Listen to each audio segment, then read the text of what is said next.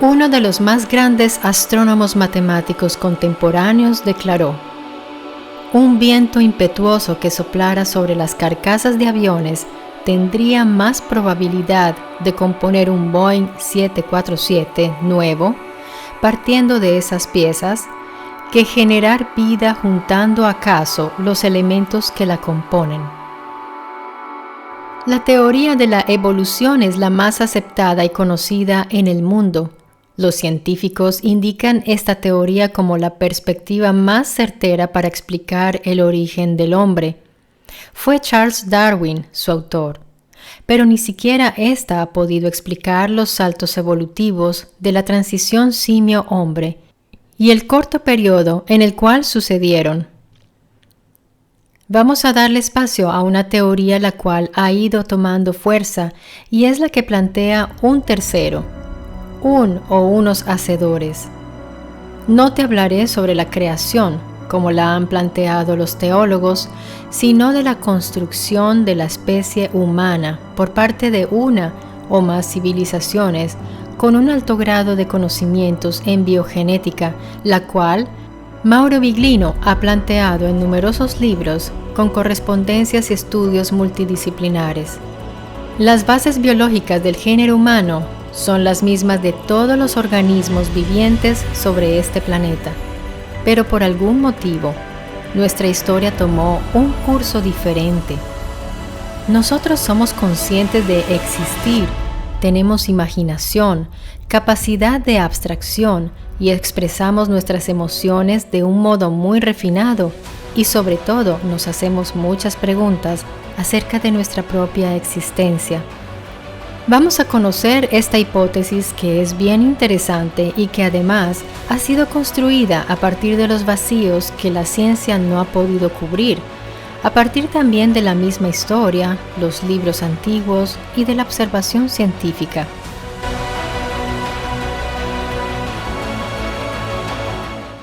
Los Elohim llegan voluntaria o forzosamente a un planeta salvaje y desconocido para ellos, el planeta Tierra. De esta raza inteligente nos hablan los pueblos de todo el continente, dejando por escrito la llegada de los hijos de las estrellas, como solían llamarlos, o dioses, aquellos quienes fueron los artífices de las antiguas civilizaciones. Estos hipotéticos colonizadores saben que tendrán que permanecer en este planeta por el resto de sus longevas vidas. De hecho, viven milenios. Con un número limitado de medios de transporte y equipos, deben pensar en su supervivencia, así que realizan sus excursiones de reconocimiento de todos los territorios hasta encontrar el más adecuado para establecerse. En la Tierra, los Elohim encuentran ya una especie antropomorfa, y esto lo toman como una oportunidad de tomarlos como trabajadores de las tareas que ellos no querían realizar por ser pesadas y tediosas. Pero para esto el homínide debía ser intervenido para obtener un trabajador eficaz que pueda entender órdenes y seguirlas para realizar los trabajos más pesados. Los Elohim tienen los instrumentos técnicos y conocimientos teóricos necesarios para proceder sobre los homínidos. Se fabricaron trabajadores, interviniendo genéticamente sobre las criaturas ya existentes, realizando experimentos hasta lograr un resultado satisfactorio. Los textos antiguos, incluidos los libros de la Biblia, nos narran de individuos que realizaban algo a lo que llamaríamos hoy manipulación biogenética, con la finalidad de crear en el sentido de la palabra que significa fabricar o intervenir. Así nacen los adamitas, una mezcla genética entre homínidos terrícolas y genes de los Elohim, un híbrido. Génesis 1:26 dice: dijo el Elohim, hagamos al hombre a nuestra imagen y semejanza. Este pasaje ha sido muy polémico, pero sigamos en la ruta de esta teoría. En esta frase, el Elohim hablaba con otros de su rango e indicaba que pondrían algo de ellos en el Adán, algo que en hebreo se lee Selem y que significa la esencia del material genético o lo que lleva la imagen. Así obtuvieron una raza más capacitada para aprender, una especie dócil y manejable, que no representara peligro alguno de rebelión o violencia. Sin embargo, los adamitas aprendían muy rápido de los Elohim. Posteriormente se fabrica la mujer. En tu Biblia encontrarás seguramente que Dios, como viene traducido, los Elohim, indujeron a Adán a un profundo sueño y tomaron algo de su parte lateral curva, normalmente traducida como costilla. Cerraron la carne en el punto de donde tomaron lo que extrajeron y con esa muestra procedieron a crear la mujer. Con una intervención así, no tomarían tan solo el material genético, mas también células estaminales. Si este versículo hubiera sido escrito en una revista científica, no parecería otra cosa que una intervención para clonación. Como está escrito en la Biblia, se ha interpretado como una metáfora, pero si realmente crees que la Biblia es un libro verdadero, podrías pensar que los autores quisieron contarnos una crónica, algo real. Para resumir, los genetistas realizaron al Adán en otro lugar, el cual no es revelado en la Biblia. En cambio, Eva sí fue hecha en el recinto Gan Eden. ¿Podría tratarse de la Eva mitocondrial, la cual los genetistas han hipotizado? ¿El eslabón perdido? Cuando Adán ve a Eva, exclama: «Esta vez es hueso de mis huesos y carne de mi carne». En las traducciones hebreas se encuentra como «Esta es la vez» o «finalmente». ¿Quiere decir que ya habían fabricado otras Eva anteriormente? ¿Tal vez no aprobadas por Adán? Este texto deja mucho que pensar, y ella fue llamada Isha, deriva de Ish, que es hombre. La Biblia cuenta que fue el Elohim Yahvé quien puso a Adán en el Gran Edén, y después de un tiempo se empezó a invocar su nombre. Si leemos con atención los capítulos 4 y 5 del Génesis, induce a pensar que Yahvé, el Dios único de la teología, no tuvo nada que ver con la fabricación del hombre, lo cual significa que Adán, Eva, Caín, Abel y Set no se dirigían a él, sino a otros Elohim. Y esto tiene coherencia con la Biblia, ya que Yahvé no tenía nada que ver con la genética, porque era un Ish Milchama, o sea, un hombre de guerra. En toda la Biblia se resalta que Yahvé era un guerrero y no un genetista. Algunos estudios multidisciplinarios contribuyeron a ubicar cronológicamente a Adán y Eva alrededor del 4400 a.C. Así que Adán y Eva fueron los primeros Homo sapiens sapiens. Y se sabe que la civilización sumeria apareció unos siglos después, por lo cual se podría relacionar todo. Podríamos decir que Adán y Eva son los pioneros que encabezan el surgimiento de un grupo étnico y cultural llamado los sumerios, y esto explicaría el surgimiento de tan grande civilización con conocimientos muy avanzados. Además, la lengua sumeria, de la cual no se conoce el origen, podría provenir de los Elohim, en cuanto a que no pasó por la evolución natural que pasa por sonidos hasta una articulación compleja y elaborada. Humanos de 46 cromosomas con primos de 48. Un salto evolutivo espontáneo, improbable en la naturaleza, sin que se extinga la especie. En aquel Gan Eden se realizaban experimentos sobre los humanos y se producían alimentos, vegetales y otras especies también. Pero como ese recinto, había muchos otros. Adán y Eva no fueron los únicos creados por los Elohim, debían trabajar dentro del Gan Eden y cuidarlo. Mientras que afuera del Gan Eden, el curso evolutivo de los homínidos seguía su curso normal.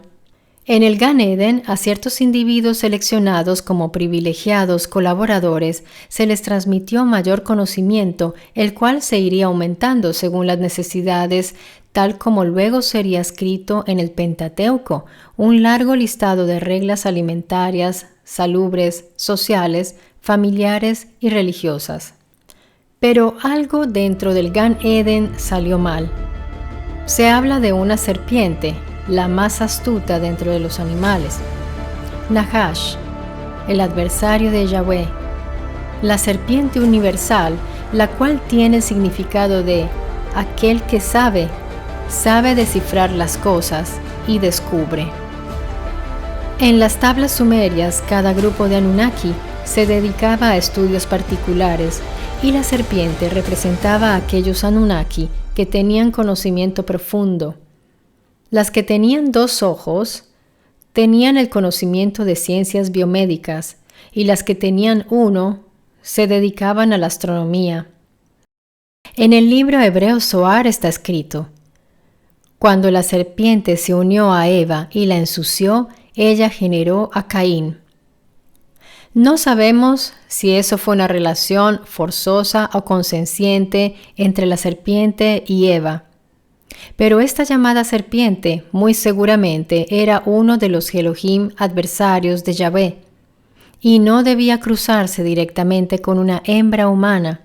Dar el fruto es, en el lenguaje simbólico de la Biblia, usado también en el Cantar de los Cantares, tener una relación sexual. Por eso, después Eva ofreció el fruto a Adán y ambos tuvieron a Abel.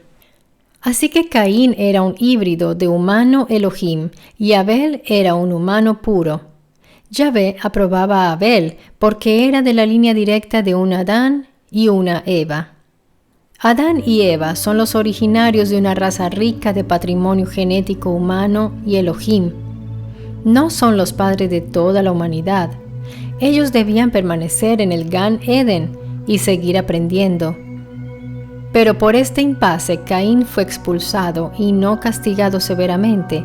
Se le dio la marca de la serpiente, o sea, la sabiduría, el conocimiento. El Homo sapiens, hecho también por ellos, continuó su desarrollo evolutivo fuera del Gran Edén, y era precisamente de ellos que Caín tenía miedo cuando fue expulsado, ya que eran bárbaros, y por este motivo se construyó ciudades, y fue teniendo descendencia. Así que hay una descendencia adamita y descendencia cainita.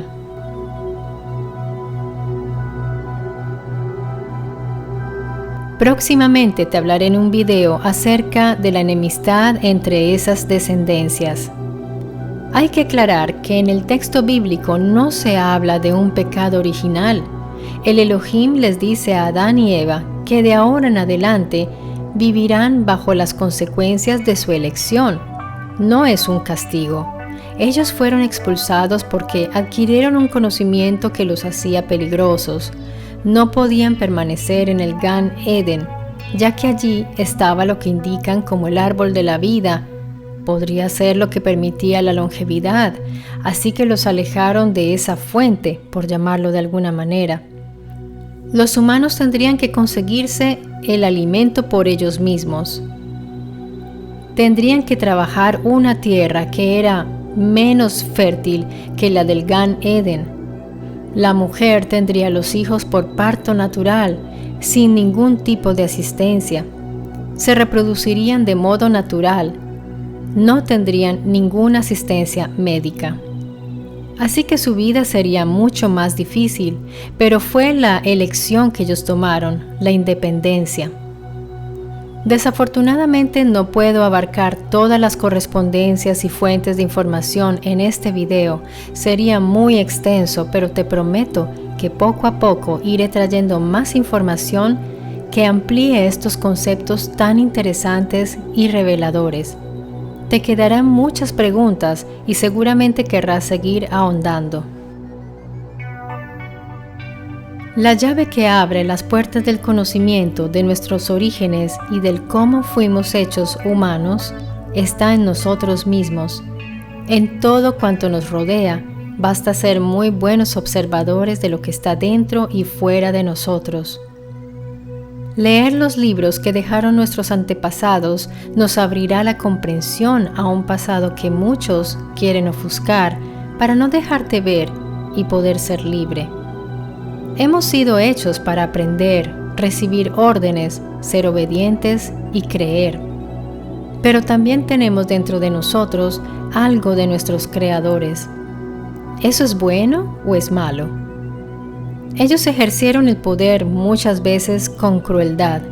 Sus códigos morales y éticos seguramente no son como los nuestros. Son otra especie y tienen una experiencia distinta. Pero también nos dejaron cosas muy buenas, así que podemos desarrollar lo positivo que haya en nosotros y dejar a un lado esa parte negativa que heredamos, como la violencia, la arrogancia y la crueldad. No tengamos miedo de ver lo que somos para poder mejorar. Te espero aquí en Mystery Channel porque existen misterios a desvelar y muchas historias que contar. Un abrazo y hasta pronto.